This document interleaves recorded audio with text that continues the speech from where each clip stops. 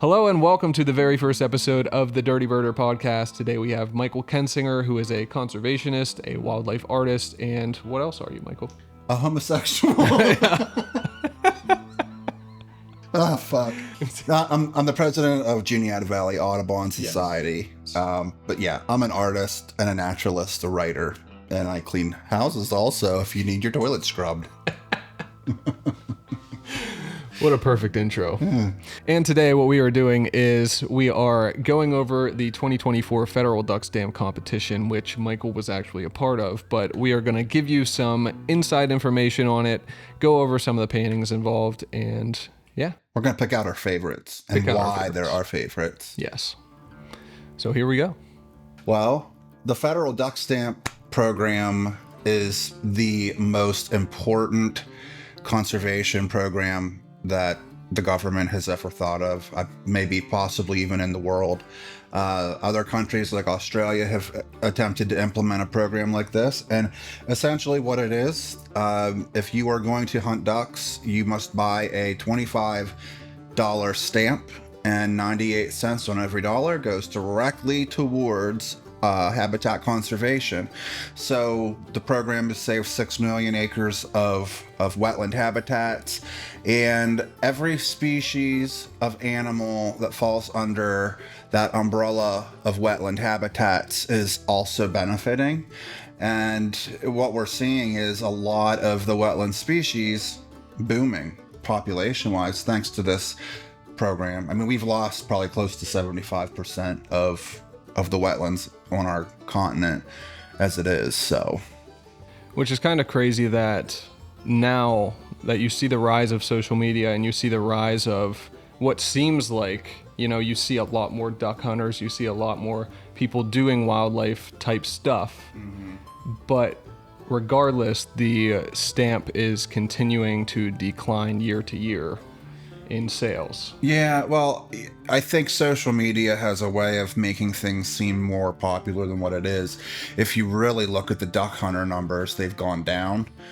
Maybe since COVID, I'm sure they probably went back up. I know a lot of the hunting licenses and outdoor things in general, sales went up over COVID, which was one of the perks, I guess, of the pandemic, because it did help conservation and get people into the outdoors. But less and less people are actually hunting, which hunters, this whole program has kind of fallen on the back of hunters. They're the only people required to buy the stamp. Yeah. And there are a lot of collectors, but again, stamp collecting, it's another one of those vintage, old-fashioned hobbies that's not quite as popular as what it is. And so that, that's the issue. I know with Audubon, and a lot of the bird watching groups, bird watchers try to buy the stamps. It serves as a free pass into certain wildlife refuges that require a fee. But this funding, it's so valuable. It's so important. It's critical.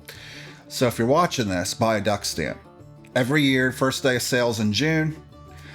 Usually when you buy it, they have the last couple years. You can either buy it off the U.S. Fish and Wildlife Service website, local sporting goods stores, your local post office may carry it. Well, one thing they are implementing this year that's different than all the other years, though, also is they started implementing an electronic stamp, right? Right. The problem with that is we, as artists, that's not a good thing necessarily. Now, the good thing is that Jerome Ford, who I forget his exact title, I will have to look that up, but he said as long as he's in office, if you order that digital electronic stamp, you're going to get a physical one also in the mail. It may not come that week, but it's coming. So that he wants to keep that tradition alive. Yeah.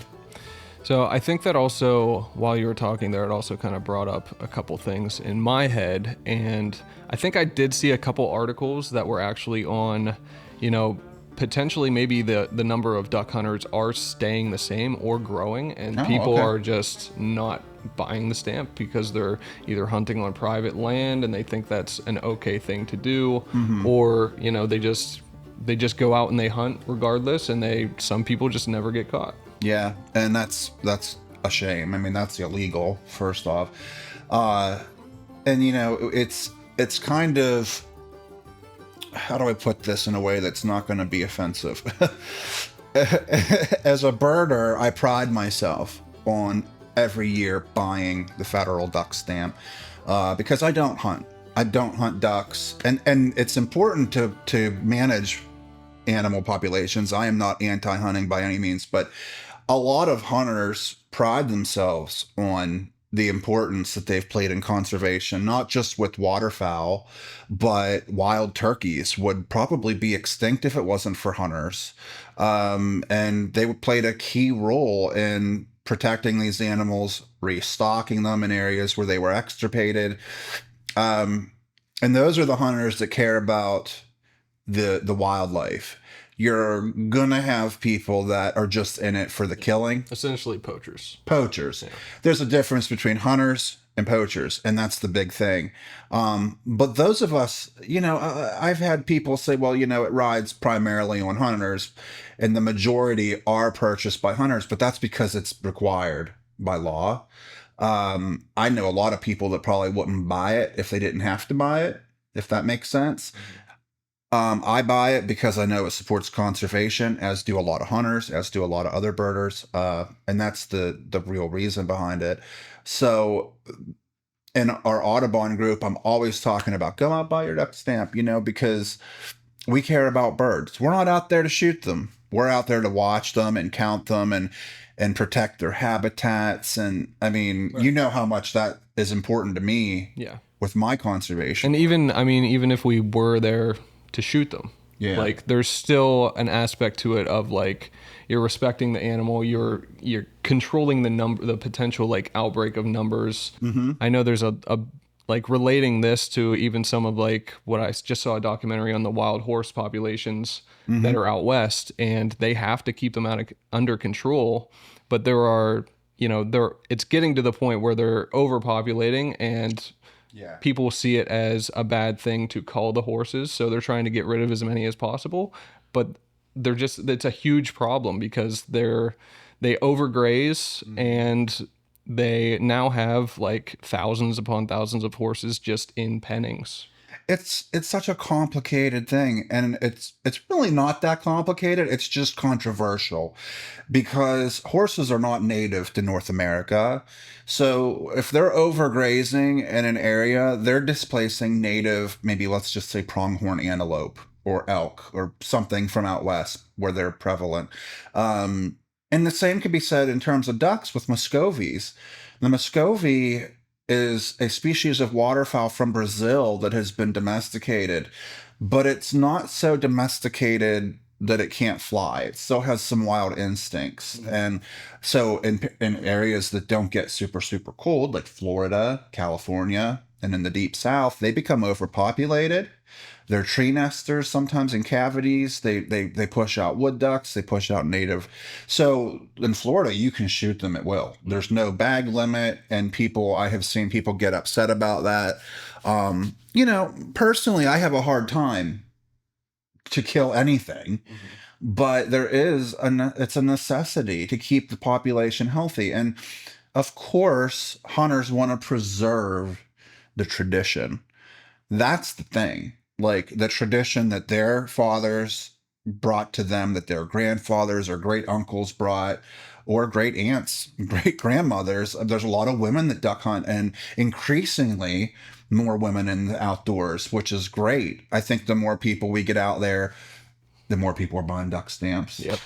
Yep. And I mean, duck stamps, if you're not a hunter, I feel like the original like people that collected stamps, they were like almost like how people collect Pokemon cards now. Like they were the original, they were looking for the artwork, they were, collecting it, and possibly, I don't know, can you send it in for like grading and stuff? I'm not even sure if that's a possibility or not, but there's ways that they grade them, and there's mint, and then there's damage Yep. stamps, there's stamps that are signed. I'm not an expert on that. Yeah. That would be a good question for National Duck Stamp Collectors Society. Their president just friended me on Facebook. Their new president, really good guy. But Yeah, it's like you that's good Pokemon cards that now, the Charizard card is worth all Yeah. this money. Yeah. And I remember when that was like a new thing. And it's the same way with the federal duck stamps. I mean, some of those stamps, if you can get your hands on them, are worth so much money. And it just goes beyond that. There's a passion and a love. And, but you're not just buying a stamp of something because it's a stamp. Duck stamp collectors are a special breed. No pun intended.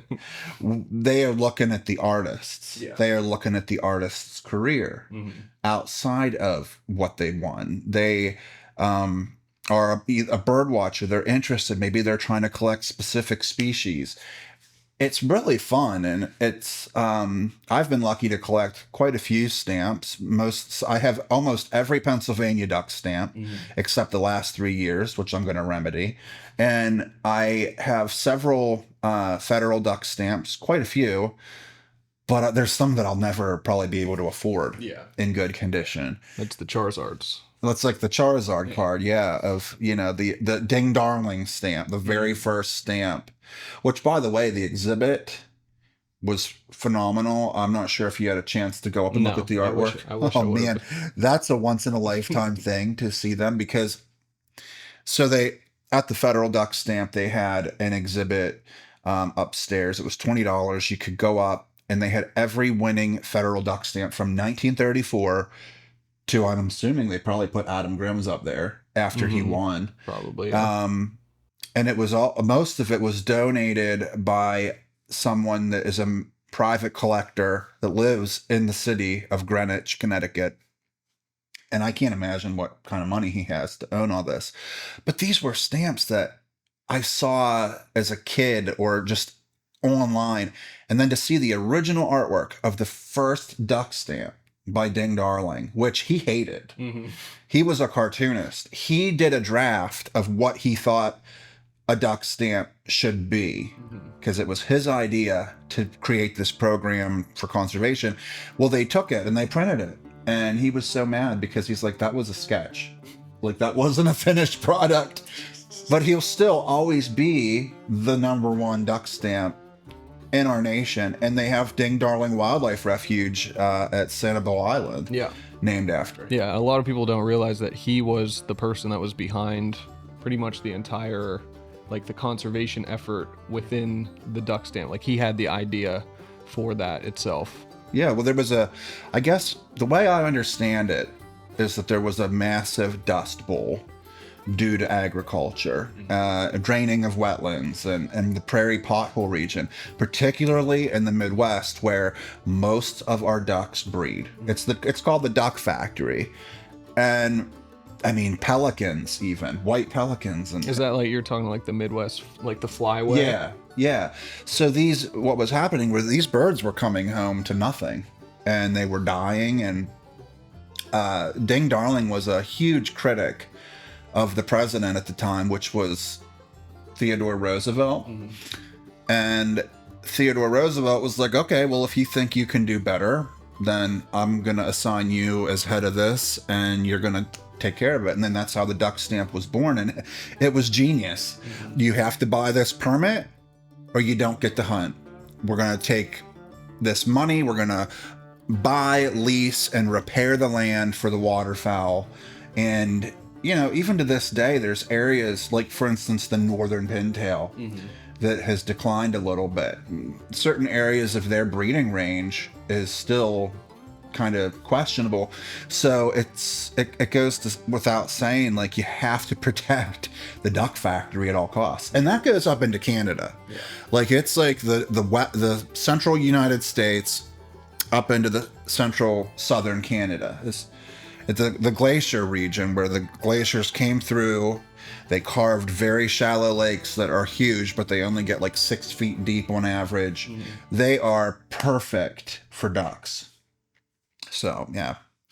Okay, so we'll start another segment here. We'll go over some of the paintings that were actually entered in the Federal Duck Stamp contest this year, some of our favorite favorite paintings that we managed to pick out. And if you want to do the same and you want to leave a comment below on which one was your favorite, there is a link below to a Flickr, which is where everybody uploads their I guess their screen. The duck stamp office scans the artwork. Their scans, yeah, that's what I meant to say. Yeah, and then the duck stamp office uploads it to the U.S. Fish and Wildlife Service Flickr page, and they're purposefully low quality so that people aren't ripping them. So sometimes the colors are a little off. Sometimes the colors are off. It's like from seeing them in person to seeing them just in a JPEG file online, there's no comparison whatsoever.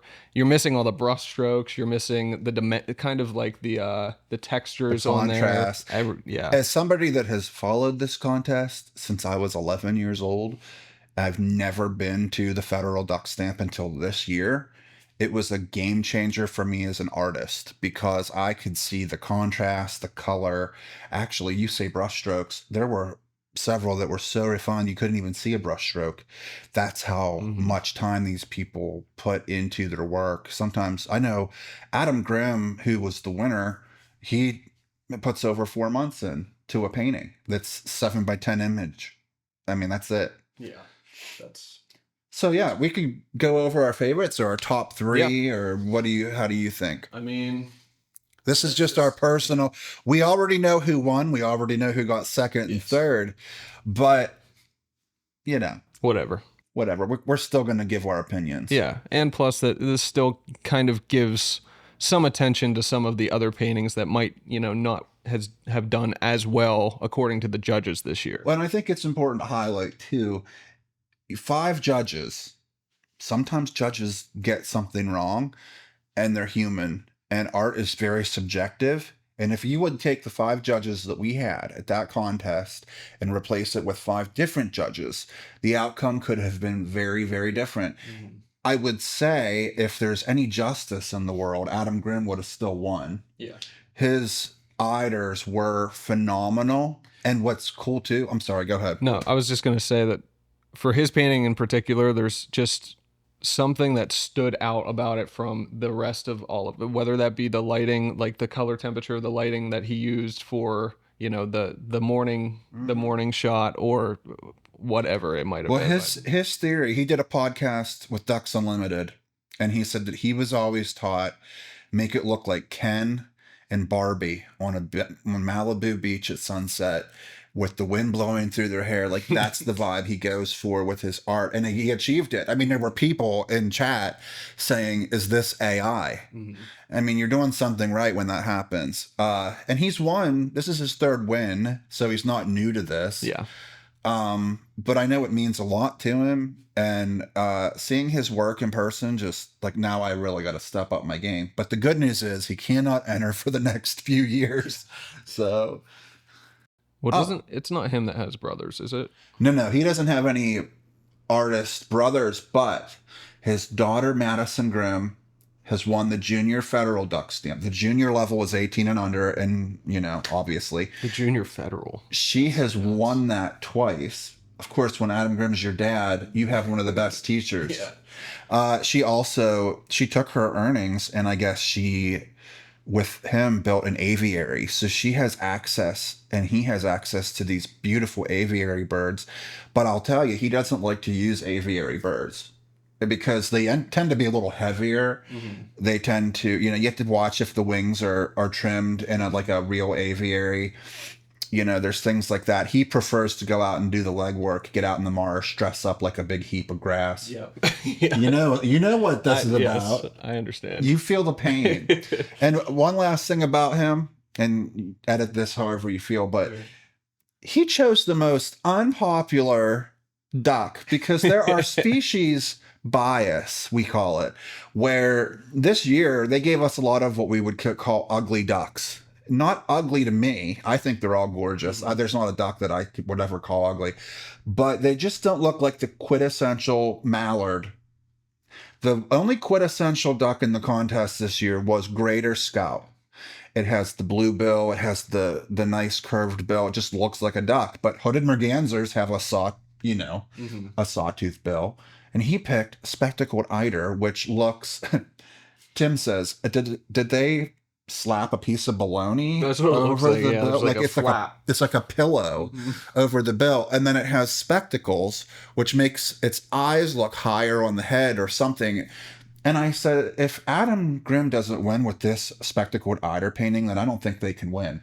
They did win. One of the Hauptmann brothers did them in 1990. I think it was his first duck stamp win of the three Hauptmann brothers. They've all won quite a bit. So Yeah, if you go through the list of past winners, there's quite a bit of that last name in there. yeah, I mean, can you even imagine? Like, I want that gene. I might change my name to Michael Hauptmann just to see if I can absorb. And I got to meet them. I talked to Bob Hauptmann and Jim, and was it? I think there's three of them, so you get confused.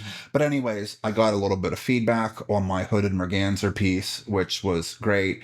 And these three brothers, critiqued by their mother through the years, growing up in an artistic household, it definitely paid off. And actually, he has a physics. One of them has a physics degree, and he still does wildlife art professionally because it pays so well for him, and it's something he loves to do. So it's crazy. Yeah.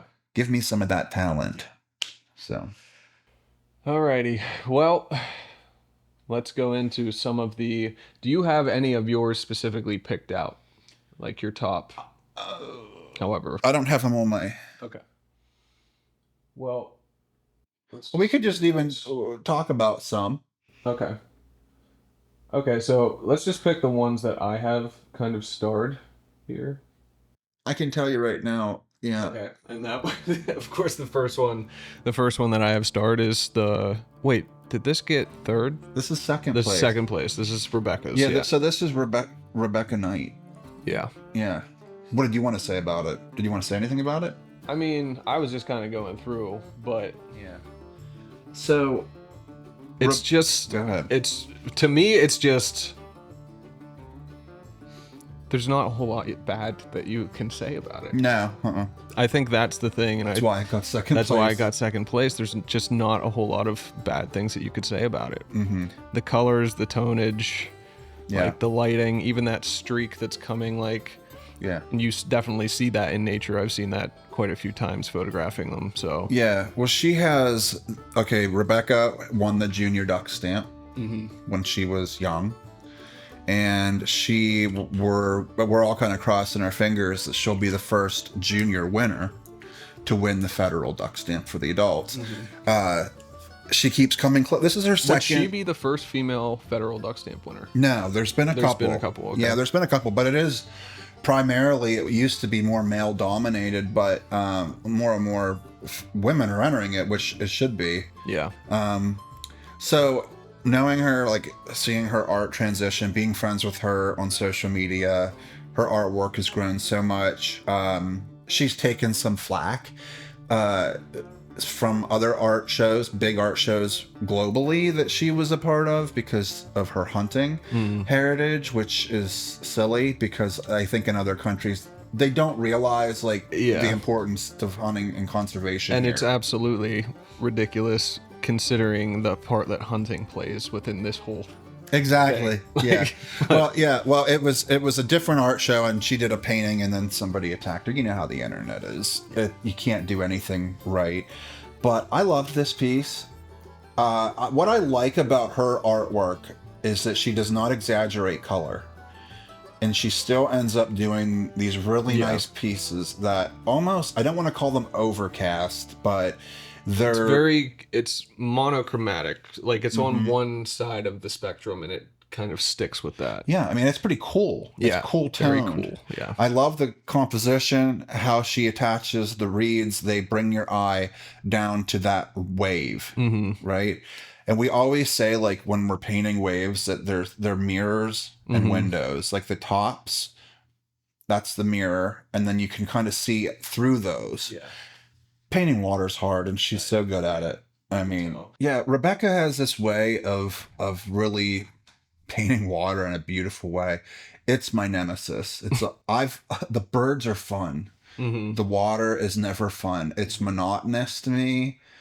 But this year, I was proud of my water. My water actually looked really good, and I'm getting better with it. But if as you look at her water, it's like you can hear it. Yeah.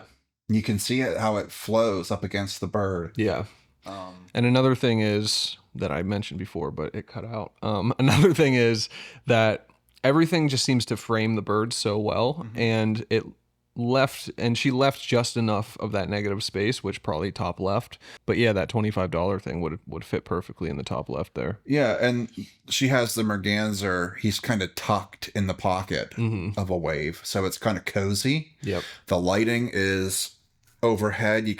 She used the paint to kind of show the contour of how it goes through the eye, and then you see the brightness on that cheek. Yep. Which is something you would see in nature. So Yeah. it's really good. And what we were talking about before, the white striping on the scapular feathers, are they scaps or tertials? I can't remember now. Maybe they're scapulars. I think they're scapulars. Anyways, the white stripes on the back. They look like scapulars. Yeah, the black stripes on the breast. There were several paintings that the merganser was turning away that you couldn't really see it. She shows both enough. It's like, and they also work as like perfect leading lines right up into the head of the merganser. From the grass to those stripes, everything brings you to the centerpiece, which is the duck, which is important. Yep. And in modeling, like I said, I'm not a model, never have been, never will be. But they always say, like, you got to show your neck. If you don't show the neck as a model, you're losing a lot. And so it's the same way with those details and also the bird's neck. Oh, that's also another thing I feel like in photography, like you're almost always, or people always almost say, never get a shot of the bird while it's moving away from you. I mean, there are probably rare instances where, like, if the bird has extremely long tail, or if it has certain plumage that is only shown on its back, then I think that's obviously an exception. But like, to go ahead and to like decide that for the next couple months I'm going to paint a bird that is facing away is I feel like that's a pretty bold decision, but it paid off. It's a risk. Yeah, they loved it. And I think that she had the best hooded merganser in the competition overall. And I can usually, so we do this thing where she never tells anybody what she's painting. She doesn't reveal her entry number. It's supposed to be anonymous. Some people choose to share, and that's okay. But I could not pick her painting out this year. I looked at that painting, never knew it was hers. It's just a little different. Yep. She tends to like sea ducks. So if there's an eider in the contest, I usually would expect her to do that. Or a brant, right? Yeah, she won second place with a brant. She goes for the underdog. Yeah. And I thought that the hooded merganser was going to be an underdog this year, but it was by far the most popular bird. Yeah. It was, I feel like it felt like almost half of the entrants. 40%? That's what it felt like. 40 some percent of them definitely were. Yeah. And when you have 5 species, I just noticed she has the water drop on the primary wing feather. I did not notice that before. So yeah, beautiful painting. All right, let's move on. See, this was I'm glad that this is the next one, because this is the one that I was like, I can't believe that they're not voting higher for this one, and yada yada. And you had mentioned that potentially it was because it might have not, like, the scale of it might not have scaled down as well. I'm realizing now that maybe the details within the water itself, might have brought it down some steps. But overall, I don't know why I hate direct lighting in photography and going out there and trying to shoot in harsh lighting. But for some of these paintings, I feel like the contrast within it really made them stand out, especially when they're put next to other ones. So I feel like that might be why this was kind of more of a standout one for me. But I think, first off, I met this artist. I forget her name. Very nice artist. And I was happy for her to get as far as she did. What I have learned through mentors is that the little feather flip thing that she has going on, looks okay as a painting, but when you shrink that down to a stamp size, that's something to consider because they look with a shrinking lens. That can turn out to just be a blob. Yeah. It doesn't read as what it actually is. I would also say I love the wave. But as we move left, I'm not a fan of the splashes because they look a little more contrived. Water is so hard. And I'm not even saying I would have done it any better. What I'm saying as a bird watcher, as an admirer of this program, you know, water splashes are so random, you almost have to blindfold yourself. Yeah. But yeah, I mean, it's a nice painting. There's no shame in it. I like her clouds. I'm unsure the lines above, was that a damage on the entry or is that in a scan, the duck stamp scan itself? Because I saw it on the screen. Yeah, that could have been a. Yeah, like it could have been from the scan, but I'll have to see. I know I got footage of this kind of close up with the camera of the actual painting of it. So yeah. all right, let's move on here. What do you think of this one? This one to me looks almost AI like.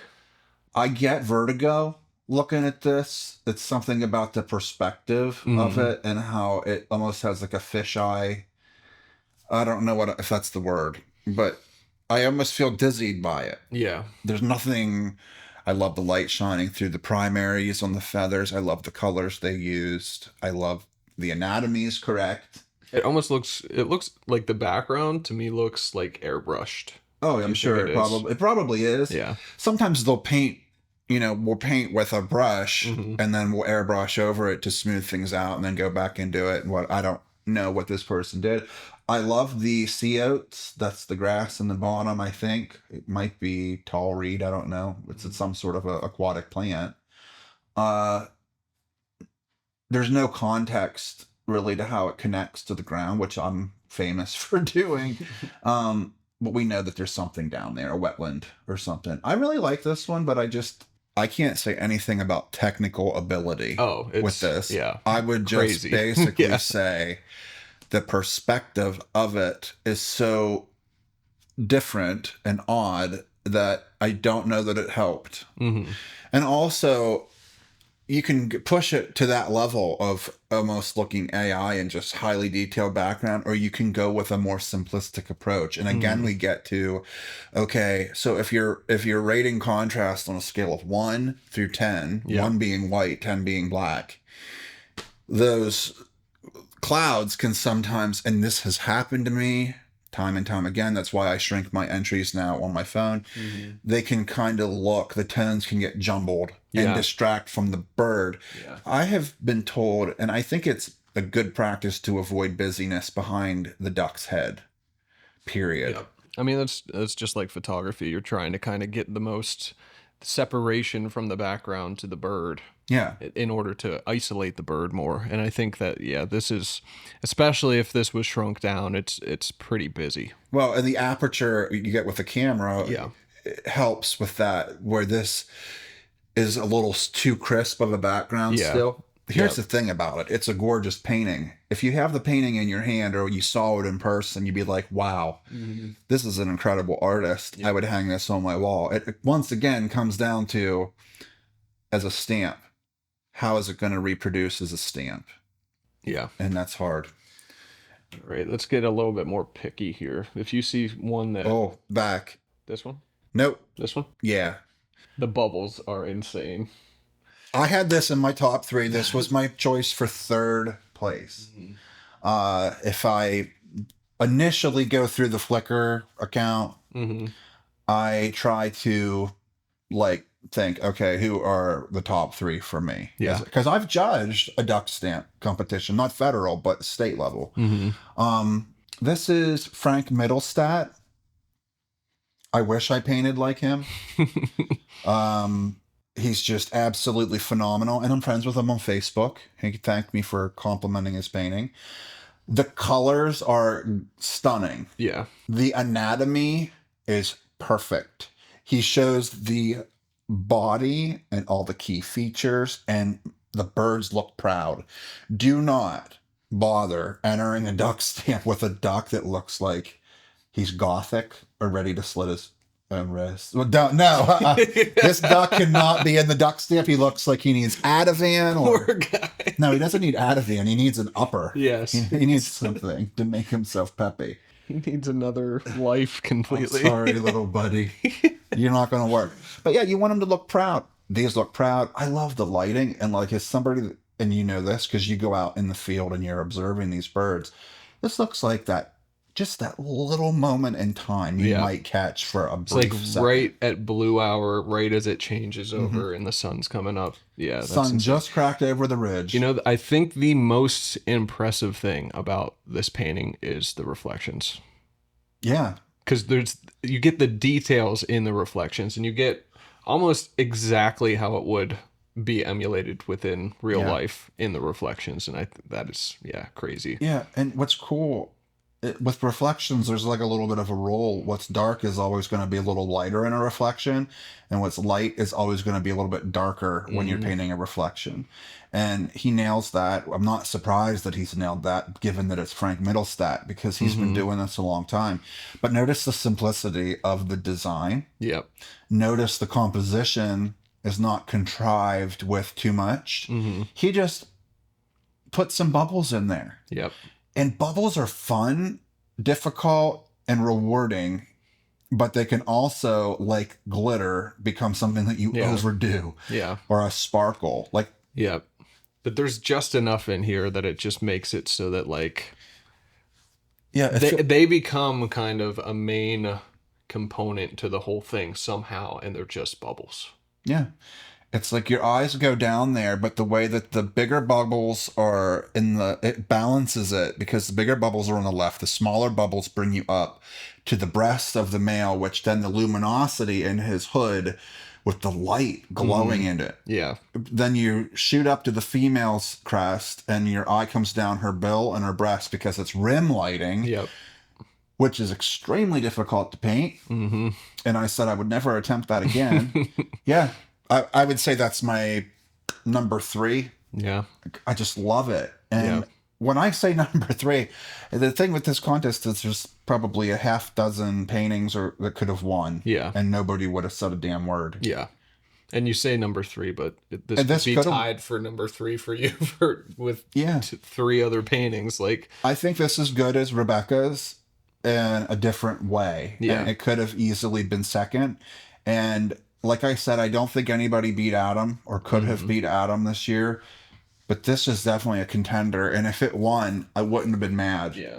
And I think one thing that, a lot of people aren't thinking of maybe when they look at this is like that blue that's around everything. Like, he's taking that into account within the shadows of the ducks themselves too. So like, he's adding in probably a tinge of that blue in contrast to the more orange within it too. So, and they're opposite colors. Yeah.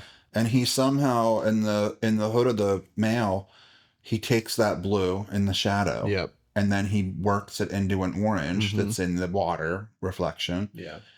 And that's how white is. Nothing that's white is actually white, and nothing that's black is actually black. Yeah.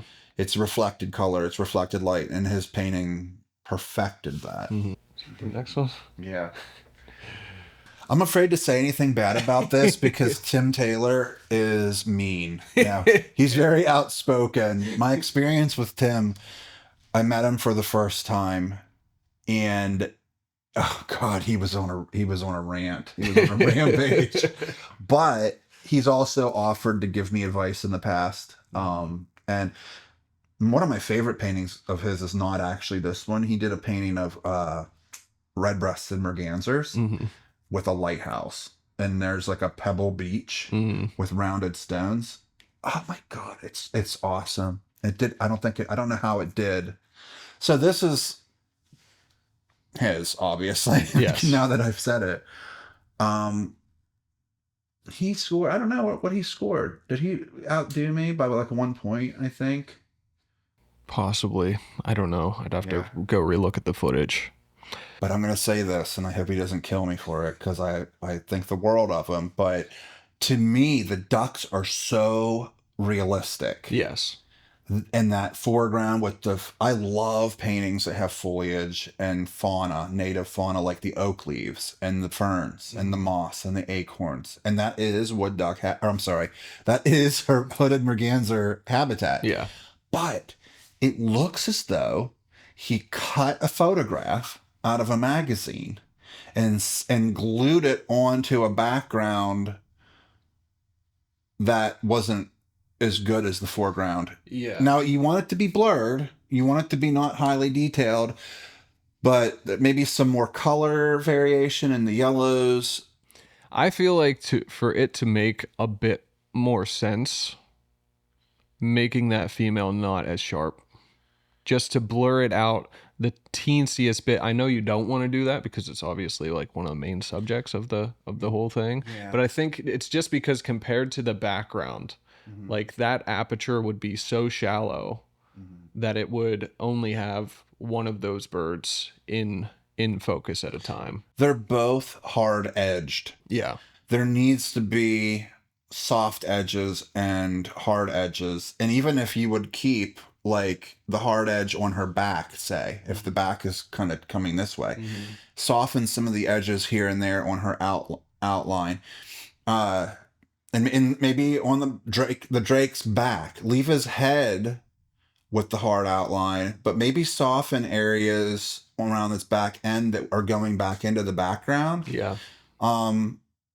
I look at a lot of duck photos, I look at a lot of duck paintings, and I'm not claiming to be any better when I give these opinions. But to me, it seems like an artist that spent so much time on his foreground and his ducks and the leaves that he created photographs with a brush.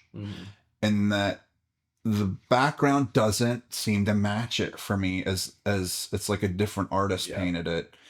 And that's not typical for him, but to me it almost seems too like even the leaf in the top right is not as detailed as the birds themselves, so that kind of sticks out from that as well. And he probably made that choice to help bring the attention to the ducks.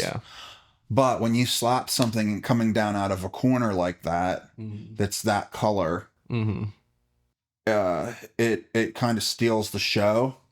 And I almost feel like we would have been better maybe to. You know what I think would have really helped? What is probably you can almost see where the focal plane would end right here. If he would have gradiented that more into the background, just in the water down here. Yeah, I think that would have made the whole thing just a lot more of like a smooth transition throughout it into the background, instead of just like you said, it kind of looks like it's just cut out in the front and then it's just somebody placed a background behind it. Yeah, the ducks are just so good.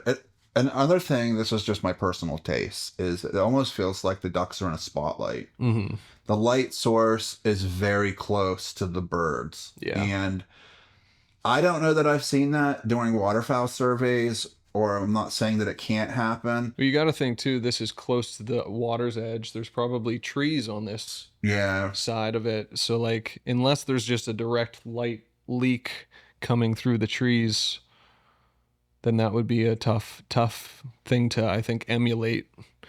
Yeah, I think you should insert a image of his red-breasted mergansers. I'll send you with the lighthouse. Yeah. And just see how awesome that painting is. Not that this isn't an awesome painting. Okay, so continuing on. All right, so now we have a spectacled eider. Not sure who painted this. Do you know? Robert Gohl. Bob Gohl. Robert on Facebook. He is a phenomenal decoy carver who also does artwork like this. And I can pick his painting out all the time. I think it's a really nice painting. Again, spectacled eider. You went with the underdog duck, water droplets. He's very much a photo reference guy. You can tell he sticks to a photo reference. This to me looks like the perfect like spectacled eider profile picture. Yeah. If they had a social media for spectacled eider, this would be it. Yeah. And I think the something to take into account is like, I think the character really comes out within the eye of it, just even with that little catch light there.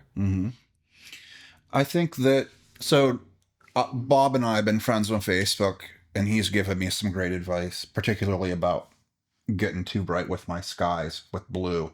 Blue's a hard color. You can really overdo it. And my skies sometimes overpower my ducks. He tends to paint overcast a lot. He is a great airbrusher, as you can tell by his clouds.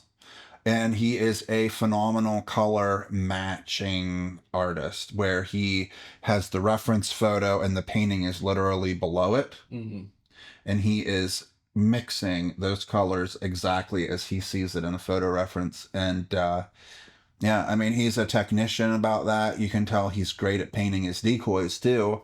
If you see some of his decoy work, they're just phenomenal, and he's well known for that as well. But yeah, I knew it was his as soon as I saw it because of the overcast background, because he has this style that he does. A lot of times he does a full duck in the water where the water between you as the viewer and the bird is actually airbrushed blurred. So you can like, it draws you into the painting. Right. Yeah. There's really no reason this couldn't have been a duck stamp. I would say if I had his ability to, I love the crispness on that drake, but I'd maybe do a layer of airbrush over the ducks in the background to push them back into some fog. Yeah. That's the only critique I really could have for it. And I think that the duck stamp office may have cropped his entry in a little more than what it is. I think there's actually a little more to it than what is shown in the scan, if I recall. That's it. I would have and that's something that I work on, you know, again, background elements. There's got to be some atmosphere there. And because the spectacled otter is a high contrast bird, especially that male, I think maybe knocking him down a couple pegs with an airbrush over him, or even maybe the colors that you're mixing, would have pushed him in the background a little more. But yeah, other than that, just a really good piece, and it's not much I can say about this. Yeah. Not really. Oh, and he's a musician also. He's one of those guys that just kind of does it all, and really good guy. It's definitely interesting. Like, this stood out compared to a lot of the other ones just because of the composition of it. Yeah, it's a bust. It's a bust design. No, yeah, some people don't like it. Some judges may not like it, having a bust. I mean, it's definitely like, you're not going to necessarily replicate this with a camera. Like, you're not going to be able to do that. Let's look at this. This is a stamp contest, so it would reproduce well as a stamp. So let's talk about this one. Brand. We didn't do a brand yet. Oh no, we did do a brand. We did do a brand. We did do one brand, yeah. We did one. So this, go ahead. Yeah, this is John Brennan's Brandt's multiple Brandts. Is it like Brancis's? Okay, that is what I thought it was. But some people call him, I think, Brent Goose, which makes things further confusing for you because it's like. Yeah. But I think in Europe or parts of their range, and they call them Brent Goose because they are goose, but Brant. Yeah. So, I mean, with this painting, the water is what really stands out to me, especially the little foamies in the left-hand side of the painting. Yeah. Also, just some of the random spots where you see the light leaking through that would, emulate, I feel like, more of a natural looking photo where everything isn't, perfectly lit. Everything, you could see some of the spots on the tails where the light is directly leaking through. I think that's and on on both of the birds, but more specifically the bird that's in the back, you see the shadow from what would be the neck of the bird coming across the back of the bird. And I think that's a really cool, like, little important little detail that he added to those. Well, and he makes those choices because I call him the Thomas Kincaid of like duck stamps. And Thomas Kincaid's work is a little bit contrived, like it's too much. But John Brennan is a master of light. When I say that, that's what I mean. Mm-hmm. There's a glow to his paintings, and he knows where to bring light to make it more interesting. He knows where to put the darks and how to direct the eye with the wave. Yep. And I know for a fact he probably had a camera and was taking pictures of waves in Florida. Mm-hmm. To get that foam correct, and God only knows how long that took. Even like the little wave in the lower left hand corner with the foam, that's hard to do. Yep. And you have again the mirror, which is the bluish color at the arch of the wave, and then you have the window looking through it, that greenish army green Now, color. tell me if this is an intentional detail I just kind of picked up.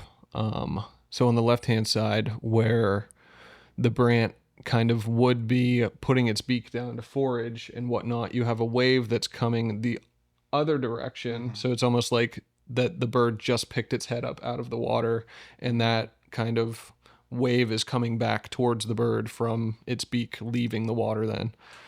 I think he probably did it as a design element purposefully, just to bring your eye into the breast of the bird again.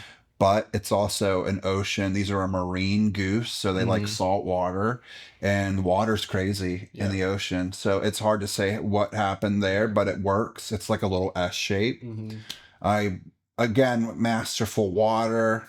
I could have put you this. just think, if you think about, well, if I think about how I feel like 95% of people would have painted that, they would have just, continued to kind of bring this down that way and just wrapped that around the bird as if the bird was just, going continuously in the water. But yeah, I feel like that's a really cool little added detail. It's almost like the painting lip has a lip to it, and it just flips over, and there's like a fold. It brings the you up to the brant every time. The shadow, if you look at the whites of the rump, but the blues and the warm whites are just masterfully put in there. And even like where his leg connects. Yeah. There's that on a bird like that, on a brant, would stick out. There's a knee there. And so that joint would force those feathers out. It would catch light. He knows that. That's why he does it. He uses references. He sees these birds in the feather. He puts a lot of effort into it. He also knows how to use a little bit of an airbrush, as you can tell with the background, which gives that aperture effect that you would have with photograph. I could have put this easily in my top three, and I would say, it could have easily been third. It could have easily been second. I'm rooting for him to win one of these years. He's come a little bit closer. This was, I think, sixth place. I've seen him take fifth, and I think it was with Canada geese. And it was a year when the federal duck stamp required another bird species that uses wetland habitats to be integrated into the design, which is very challenging. And if I'm not mistaken, it was his painting with the great egret that was in the background. It was Canada geese. Yeah, Canada geese. Canada geese in the foreground and a white great egret in the background. But yeah, this painting, top three material easily. Again, if it would have won, I wouldn't have been mad about it. I don't think too many people would have fought it. Yeah. Sometimes it's just partly luck. Here, I think, is a really good example of what I was mentioning about the other painting that we said had, kind of looked more like a cutout, more or less like it was cut out. I think you can see the difference between the sharpness in the first bird and the second bird, and you can see just the softness that is around the edges of the second bird. So that more emulates the aperture of what you would be getting from an actual camera, I would think. And he paints a lot of birds, and he's done a lot of work. He's a miniature artist. Well, he himself is normal sized, but his artwork is, he's a part of the Miniature Artist Society, but he works in small sizes fairly frequently, and it shows because to him this is probably a pretty large piece after you've done some miniature paintings, which allows you to just push it. He himself Yes, is not miniature. That's a Houtman. Yeah, so Houtman Brothers, masterful. The perspective of that back wing is incredible, and it'd be hard to do. And his atmosphere is there, his colors are there, his cloud is not just overcast, but as you get to the horizon where it gets lighter, there's that pink hue that you often see after a storm has passed. The water's still choppy.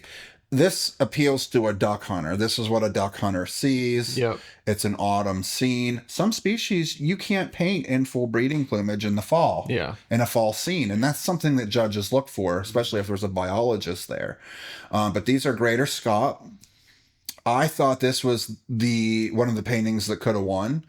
And I also thought that there would have been a lot more entries because it is a quintessential duck look.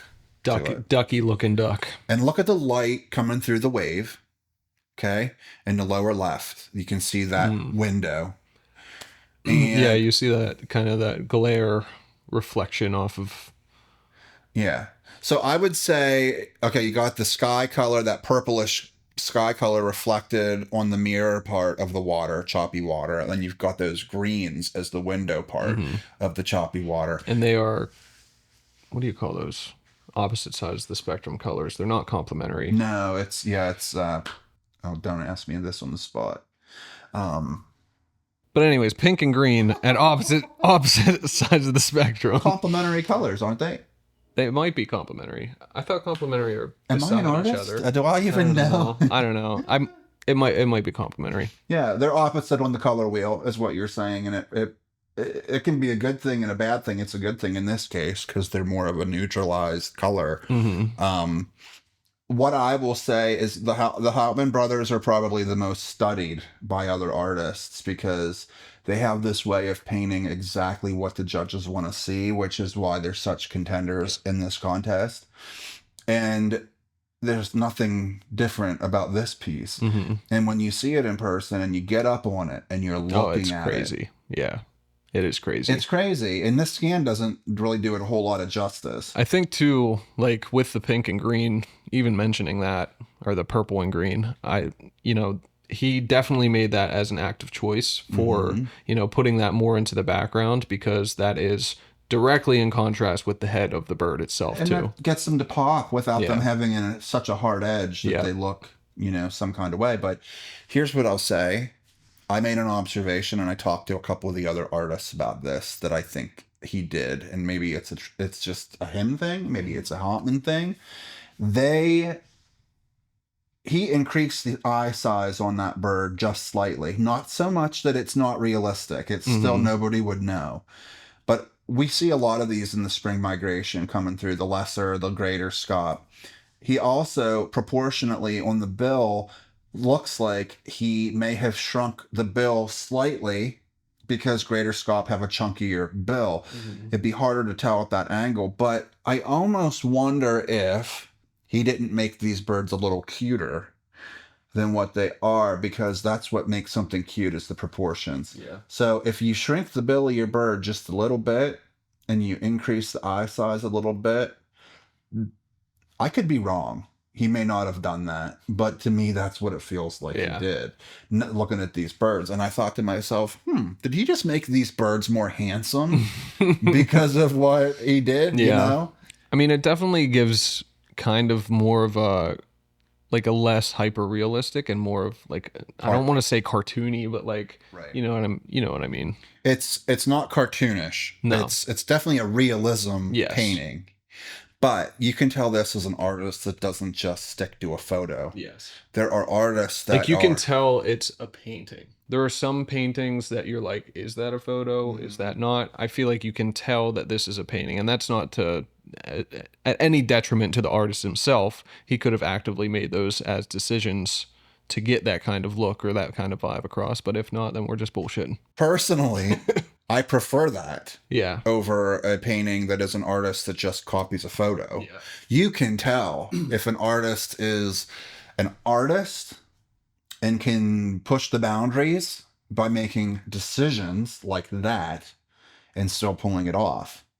And artists that are Xerox copy machines and they're like, okay, you know what? I'm going to grid this off, or I'm going to just absolutely be so meticulous and I'm not going away from this reference whatsoever, because if I do, I'm going to get lost and I won't find my way back. You can tell those paintings apart. This is a guy that's comfortable with color. This is a guy that's comfortable with composition. And he's like, you know what? Let's add an extra light source on these birds if we want in some cases. I think that's any kind of art too, is like you really get to a point of, you need to get to a point of knowing the basics forward and backward. Once you do that, then you can start experimenting with things here and there, find your own style, go about it that way. But yeah, because what happens is then that gives you freedom. Once you have that basic, you break the shackles, and they grew up with learning the basics, and then that's why they're masters, and that's what makes separates a master artist, in my opinion, from somebody that just paints. And the Houtmans are that. So if you don't know, Rob McBroom purposefully enters this competition and goes against what the traditions are, which is typically a realistic duck, painted in a realistic way. He is a creative artist and he insists on his style, which is unique. He has become quite popular among the duck stamp enthusiasts just because of his beautiful work, which is so unique. He uses, emblems and logos, mylar, gift wrap, glitter, rhinestones. He hides various things in his paintings that you wouldn't know. There was one painting where he even put like symbols for like lettering that was from like an adult film. And every time the girl had something done to her and said something, he made it into like code and put it into the background. That's amazing. So everything has meaning, yet no meaning at all. Yeah, like you construct these birds out of just various materials, and it looks really cool in the end. And I mean, look at the tail. Yep. The tail's a mask. Tail's a mask. You can see there's like books as the wing feathers or something along those lines. I think those are books. And then, I mean, the more and more you look at it, the more that you see. There's a little guy's face with glasses and a mustache in the bottom, or on the right hand side. There's, I don't know what that is on the left, but it looks like either a face or a train or something. But it looks like a piece off of like a totem pole. Yeah. Or something. But yeah, who knows what he used. That's kind of the fun part. Yep. Is figuring it out with his work, what he's doing. And I think this one is probably one of his better entries over the years. I mean, I would say as far as like, you could tell that that's supposed to be two birds. You know what I mean? Some of them, it kind of, everything tends to, sometimes it gets lost within it. And I think that this one specifically is, one of my more favorite ones. Oh, it's the guy from Aqua Team Hunger Force as the tail. Oh, okay. Well, there you go. The fries. The guy that's the fries. I don't, but the guy that's the fries. Is he miniature? No. Yeah, and another thing too, like he doesn't expect to win, but it brings attention to the contest, and he sort of does parodies or includes things that parody the fries. Oh, I see. Yeah. Okay. Yeah, I did know that guy. I didn't get it because it wasn't the red color, but there's a duck head on the hen's back. Yep. So this is what's great about it, is he gets you to look into his work for other things. And there's even references sometimes to, for example, he was feuding with Tim Taylor. They were both in the $1 Million Duck movie. Check that out. It's a really good movie about the federal duck stamp. There's also an old movie called The $1 Million Duck. It's not that one. No. It's a totally different thing. So, but anyways, he took like Tim Taylor's least favorite artworks or took things that he likes or dislikes and actually would make like parody pieces out of it and he Yes. integrated into his work. So just trolling him as much as possible. Trolling him, yeah.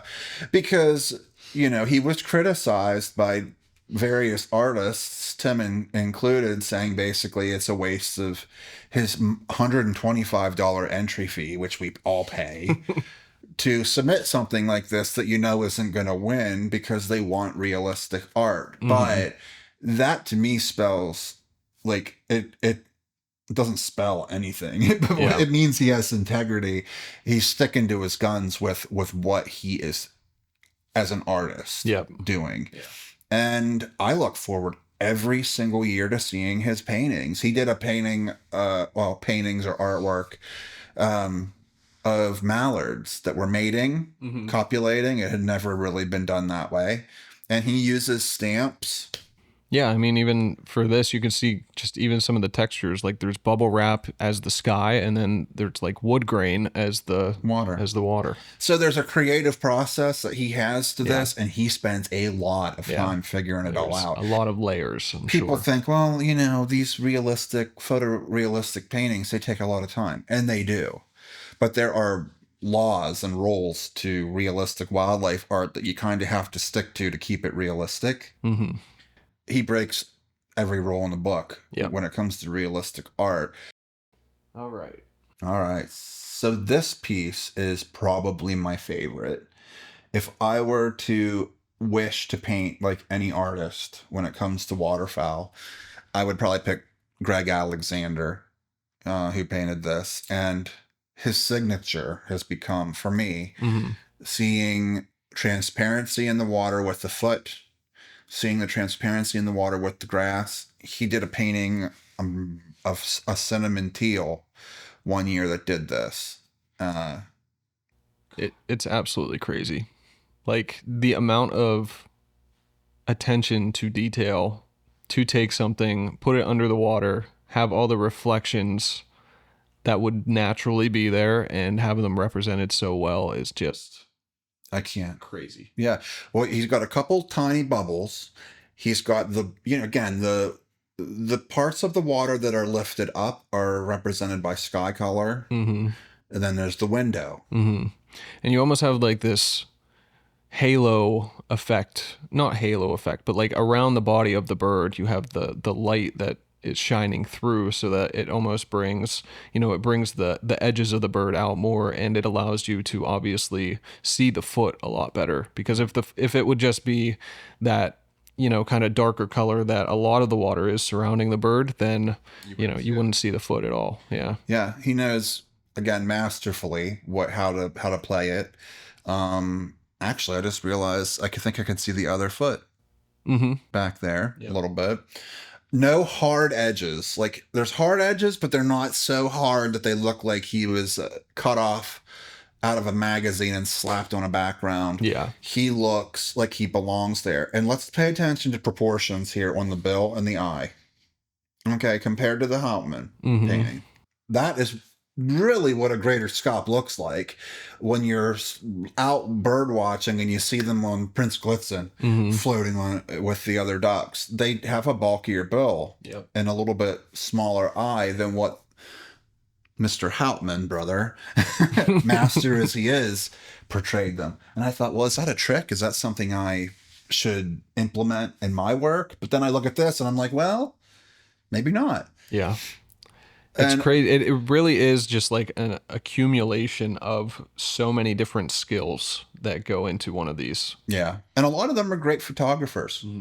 I mean, you've given me photos to work with, which I appreciate, because I know how hard it is to get good photos of ducks. And you not only have to have good equipment, which you have, but you also have to have the tenacity to sit and freeze your ass off in water, as you know. Yeah. And these guys, you're dedicated. There's not a duck stamp artist out there that's winning duck stamps, and even on state levels, that is not putting in a lot of work and a lot of suffering, and it's an emotional roller coaster to get there.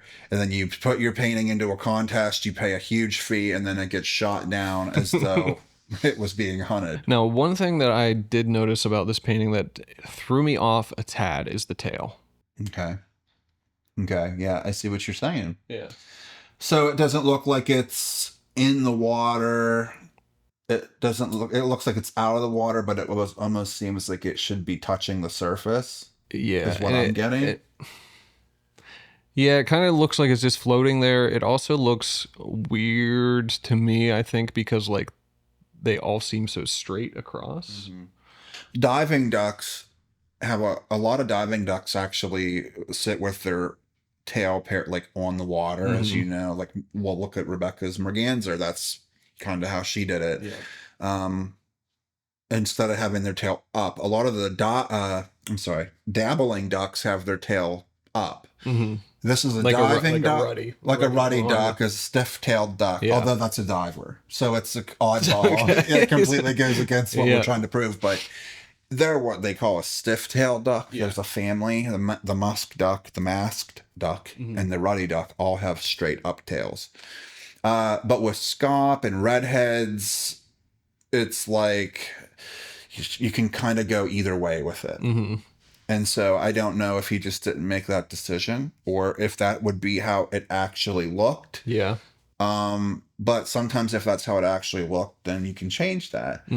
I never noticed it until you just pointed it out. But I don't think, that top feather. Because it literally is the last thing that you would look at, too. Yeah. I feel like that's a big aspect of it. But it does look like it's a little bit too two-dimensional. It's just about touching the water. Yeah. And it's not quite touching the water. And that, to me, is kind of what do they call that? A tangent in art. Like, let's say, for instance, if I make a painting and the bill is too close to the edge of the mat or the edge of the painting, it drives people nuts. Yeah. Or if you have a duck and you have a bunch of reeds going through its head, that's a tangent because it kind of looks like he's being speared through his head. Yeah. Certain things, or if you were to paint a duck in the round of his back and behind it you have a round mountain that follows the parallel to that shape, that's a tangent. In this case, I don't know if it's officially a tangent, but it's almost like you're not sure how to feel about it quite. Yeah. And even if somebody that plays a trick on your mind almost. Yeah, like you do a double take. First, personally, it doesn't make me love this painting any less. Yeah. Because to me, it could happen. It could be that. And it's kind of funny that like that was the thing that I mentioned when you would think that you would immediately, like, since that foot is so prominent, since it's so well done and everything, you would think that you would immediately almost compare it to it. But it's somehow like, because that foot is so well done, it takes attention away from the tail and the rest of the very little time spent looking at the tail. Then you noticed it, so that's awesome. But yeah, I can't get enough of it. And seeing this painting in person, we talked about brush strokes or not seeing brush strokes. This was one you really can't see any brush strokes. Yeah, crazy. And the texturing throughout the whole thing was like done. The lighting's perfect. The highlight on the breast shows exactly the contours of how the neck attaches to the breast and curves around the iridescence in the head. This was something. A lot of the greater scaup had too much black in the head, and they do look black in certain lightings. Yeah. But they can also be iridescent green and purplish. He chose to take, depending on the angle, right? It depends on the color. But he used both. He's like, I'm going to make an artistic decision, and we're going to make sure that this drake has the best possible iridescent light show on its head, the most important part of this design. Yeah, which it should. And if this was a stamp, I don't know, the $25 would have to probably go in the lower right. I don't know where else you would put it. And I mean, if you think in terms of photography too, like if you get, like me personally, I've gotten shots of greater scalp that were greater scalp. Greater scalp. It's greater scalp. But I've gotten shots that were not in great lighting, and it completely almost like takes away to me, it almost takes away like the purpose of even photographing the bird, because that is one of their most prominent features, is that iridescence on the head. And so like all of those photos have been scrapped because of that. So, I It's just mean, it's a one would quick think, moment. if you were able to sit down and paint this species, like why would you not go towards that? Yeah. You know? All right. So looking at Adam Grimm's winning painting for the 2024 Federal Duck Stamp, it's crazy. Like, Can you say anything about this? the thing is, though, like as much as you might be thinking that this JPEG image is doing this justice, to see this thing in person, it is almost alive. Like it is absolutely insane. Yeah. It looks in person, if I'm going to say this correctly, like when Suzanne Fellows had the opportunity to announce the winner, she was so excited. She was so excited about it because usually it's Jerome that gets to do that, and he had to leave, catch his flight. But she pulls it up, and I remember seeing it at like a flat angle at some point, and the ducks still looked like they Yeah. had dimension. Yep. And if you're able to pull that off, that's contrast, that's color, and compositionally, if you see how his mountains come down, there's not a single tangent. There's not a single question about the tail feathers or the anatomy. Yep. And that's why, I mean, taking this in terms of photography, that's why like inches matter. Because if you would have, say you were out in the field and this was an actual shot you were getting, if he was a half an inch higher, then that would have put that mountain line directly through the eider's head. It would have probably completely ruined the composition. But instead, like obviously he had the chance to paint this and to map it out as the composition that he wanted. But you know, that just is just a point on how like the smallest little things matter between like an award-winning photo and a photo that's just a photo of a duck. Yeah, he's an artist. Yeah. He's a photorealistic artist, but he doesn't lack the ability to make his own decisions, and he can push it. You know, you can tell sometimes with photography there's a distortion. Yeah. And if an artist is copying a photo verbatim, sometimes that distortion actually comes through in the painting, and you don't want that. And you know, I know that Adam uses his own reference materials. I know that he maps out several compositions in Photoshop using his materials. And I know that he spends so much time in the field. I gotta watch clapping my hands. So much time in the field freezing his butt off to get the right shots. I don't know the story with this, but last year he got second place with pintails. And he only lost by 1 point to Chuck Black. And his painting was fantastic, but he had luckily used his daughter's aviary. She had pintails in there. That's awesome. But what makes this even more spectacular is this is a bird that's an Arctic bird. Yeah. You know, eiders are far north. We're looking at Alaska. We're looking at the Aleutian Islands. We're looking at Greenland, you know, the North Atlantic coast for some species. You know, I'd love to know the story. I mean, I'm sure he's probably looking at even photos of different mountain ranges where they, you know, reside and things like that, and taking those into account as the background itself. And look at the way that the light fades down into the ridges. Yep. So it really brings like the body out, and specifically the head of the female. It brings her out, like the contrast within that brings it out so much more. Yeah, something about her that I wanted to bring up that he did that's really good. There were a couple entries where the ducks were quartering away with their head like this, like not looking at you. And then it made the ducks, the artist wasn't able to pull it off because they moved the eye too far forward, and it just didn't look natural. You can tell that hen's looking away slightly without it distorting her so much that it looks weird. You can tell what she's doing. Other artists I've seen have tried to do that, and it just looks like their face is smushed. Well, it's because you got to like shorten the Perspective, The yeah. proportions, yeah, same thing. But I like the backlight, the cool reflected light on the back of the drake is probably one of my favorite parts of this whole painting. Mm-hmm. And again, you got the warm glow. You got Ken and Barbie on not Malibu Beach. I don't think anybody's going to be like chilling on this beach. Well, maybe chilling literally. Yes. Yeah. But I think that if this painting would have lost, we would have probably burnt down the museum and rioted. Yeah. Because it's just that good. Yeah. Another thing is, I mean, it fully immerses you. And that's another thing about the perspective of it is if you were actually taking a photo of this, you would be, you know, on the ground. You would be pretty much on the ground. To make the bird look larger than life, you would have to have that perspective of almost being down at the bird's like leg level. Right.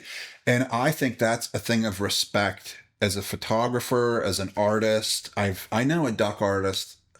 Again, I won't name names, but they like to paint from above view of the bird as though you're feeding the ducks at the park, and I don't like that. Yeah. I think it's kind of a not purposefully disrespectful, but you owe it in a case like a duck stamp to be on that level. It's like me when I take pictures of mushrooms, I'm laying on my gut, my belly, my gut, you know, on the ground. I'm getting ticks on me. It's the same way with when you're doing duck art. And even Greg Alexander's, as much as I like that greater scalp with the leg under the water, he has a slightly above angle of it, which is okay. It's not so much that it's bad, but this is like, okay, I'm laying on my stomach.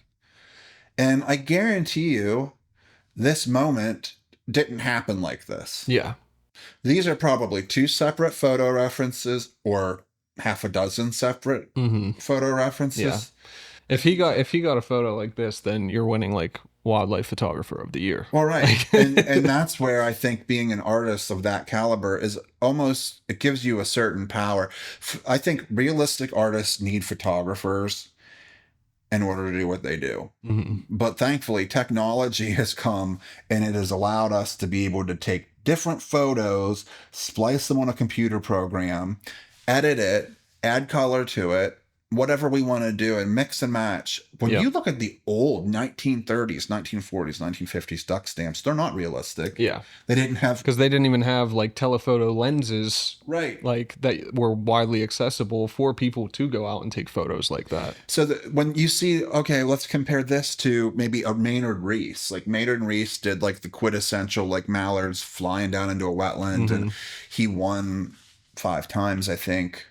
He had the record. I don't know if he still holds it, but his ducks were a little more stylized because he painted from his heart, and he painted by going out in person in the wetland with a canvas. Yeah. And there's the artist shines through a little bit more with that kind of work. But with Adam Grimm, I can call it pretty much every time, because while it is photorealistic, he does make stylistic choices as an artist that make it better than what it would have been as a photo. Yeah. Unless you're extremely lucky. Yeah. Unless, I mean, just even the light setting of this would last maybe 2 minutes long.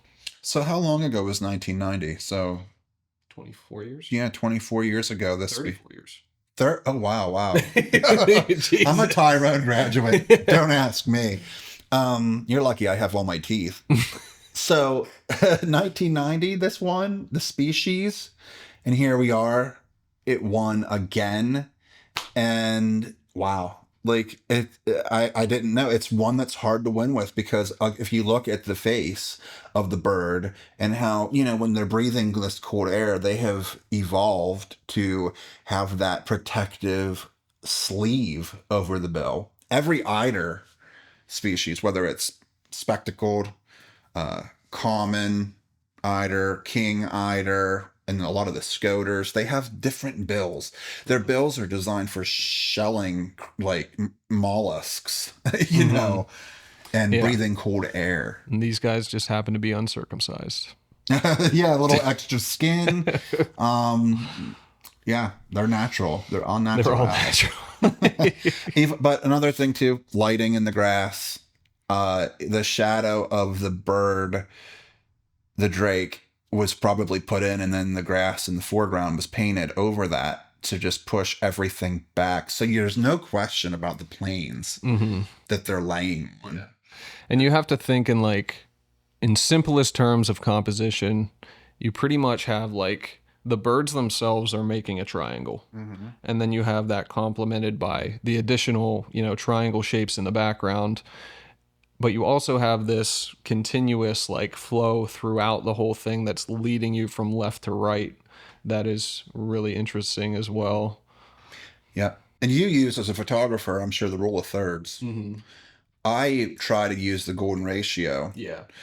I try to stay away from the rule of thirds, but obviously like I said before, like you learn the basics, you take that into That's account. what I mean. You're aware that it's there, and then you can push it.